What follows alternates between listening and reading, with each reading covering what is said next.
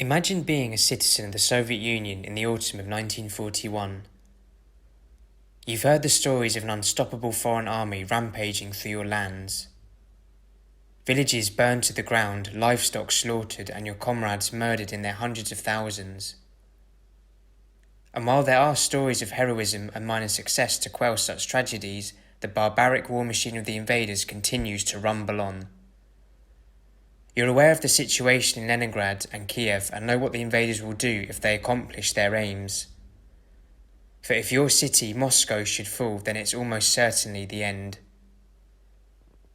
In the last video, we learned about Operation Barbarossa, the largest land invasion in history. And now, in part 2, we're going to look at how this event concluded with the Battle of Moscow, the Soviet Union on the brink of oblivion. With the success of German advances in the preceding months, German High Command turned their attention to Moscow in September of 1941. Surprisingly though, Hitler always saw Moscow as a secondary objective. In his view, the best way to defeat the Soviet Union was economically and capture the wealth of resources east of Kiev.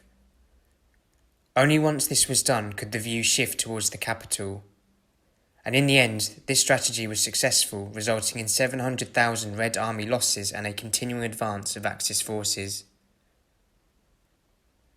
Over 2 million German troops were committed to the advance on Moscow and would rely on the old faithful blitzkrieg tactics, in which German panzer tank divisions would smash through front lines deep into Soviet territory and execute pincer movements on Red Army battalions. This would effectively encircle and destroy them. In the lead up to the advance, defence lines were built around the towns of Vyazma and Bryansk, but both of these fell despite fierce resistance, and the German army pushed on to Moscow, with the aim of outflanking it in a double attack from the north and the south.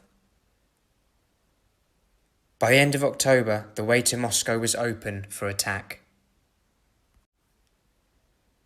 Operation Typhoon was the name given to the advance on Moscow, led by Army Group Center Commander Fyodor von Bock.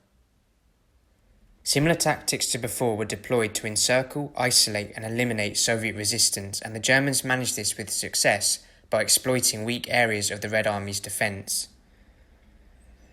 The imminent threat to the capital meant that the Soviet High Command rushed in reservists and established fortified positions around the city under the command of Marshal Georgy Zhukov. German progress slowed as rural land gave way to urban areas surrounding Moscow, in combination with an intensifying Soviet defence. Surprise attacks, booby traps, encirclements and house-to-house fighting hampered the German war effort and bolstered morale amongst Soviet soldiers. And it seemed as though the tables were finally beginning to turn. To add to this, the Soviet winter saw temperatures plunge far below zero and heavy snow fall on areas around the capital. The Red Army, who were far better equipped to deal with the frigid temperatures, began to push the German lines back and begin to make small gains on increasing counterattacks.